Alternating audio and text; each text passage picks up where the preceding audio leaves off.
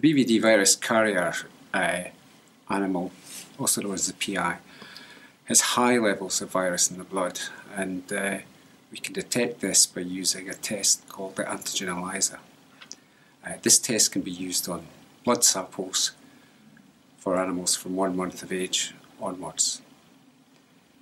The test can also be used in tissue samples from birth, and this is an extremely efficient way of sampling them because it can be collected at the same time as the animal's official ear tag is administered. In addition to using Antigen Eliza, we have an alternative test, the Pcr test, which could be used in that system too. This test is focused on a part of the viral genetic material and detects the presence of the virus on the basis of that. The wide-scale testing which has been done in the eradication programs has shown that the Antigen Eliza used on tissue samples will pick up between 97 and 98 out of every 100 virus-positive animals. In contrast, the PCR will detect 99 to 100 out of every 100 PI animals.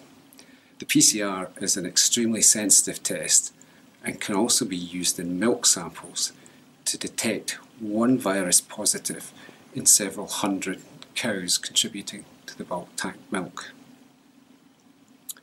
In addition to detecting animals which are virus carriers, we also have to be able to detect animals which have been exposed to infection. After animals are exposed to infection, they produce antibody and they can remain antibody positive for the rest of their lives. The test that we use for this is the Antibody Eliza. This test will detect 98 to 99 out of every 100 animals that have been exposed to infection. In addition to using it on blood samples, the antibody is also released into milk samples, into milk, and we can then use it in bulk tank milk samples to monitor the success of eradication programs for herds that do not have BVD.